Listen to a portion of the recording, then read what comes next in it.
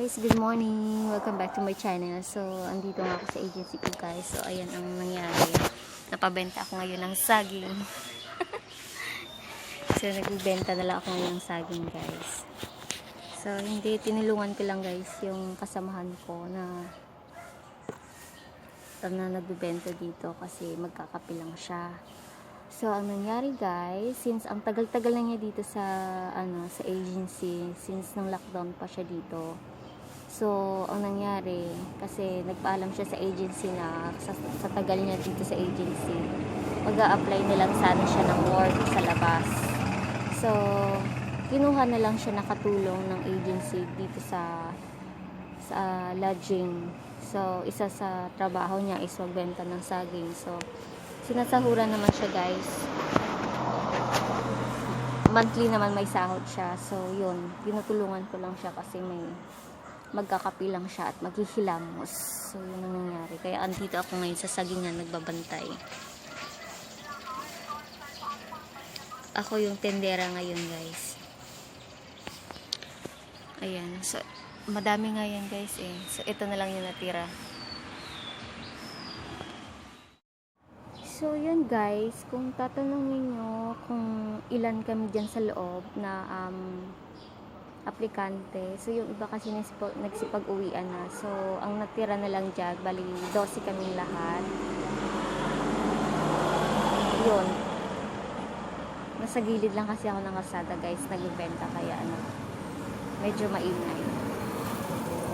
So, yun na nga, kung tatanungin nyo kung ilang aplikante kami sa loob, 12 kami. So, yung isa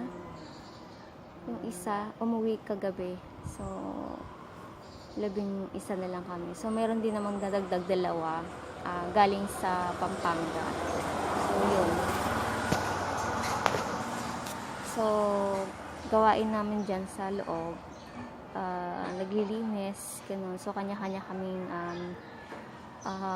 household chores kami. So, yun. So, ako naman, tinulungan ko yung nagbibenta talaga ng saging dito na aplikante kasi minsan kailangan niyang kumain and then may ginagawa din kasi siya sa loob. So, minsan nakikisuyo siya na kung pwedeng may aplikanteng bantay muna dito sa sagingan. Kasi ito talaga yung trabaho niya guys kasi siya may sahod kasi siya dito. So, yun. Kakaawa naman kasi kung hindi mo tutulungan kasi gumagawa din siya doon sa loob ng bahay. May ibang trabaho din siya. So, tulungan na lang muna natin siya. Everyday happy. Hi guys! Pupunta kami ngayon sa barangay hall para kukuha ng ano nga yung certificate? Barangay certificate. O barangay certificate.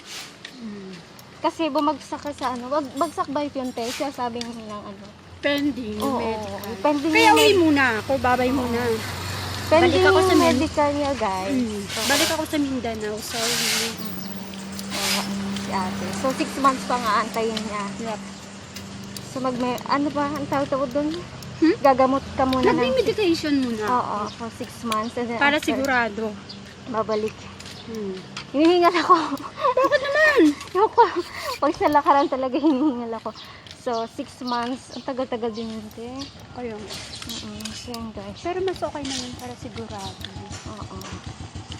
Isa naman sabi mo nila para sigurado. So sana after 6 months okay na siya. Ilang gamot pang inom? Marami naman. Sa ano din galing? Doon din sa clinic? Hindi, binili ko. Niresitahan ako. Ng doktor? Binili mo sa labas. So yun guys, so try namin na kumakuha kami ng makakakuha ng certificate kasi kailangan ko yun sa pag-open ng account. So, Ako naman, travel pass. oo, kasi uwi nga siya.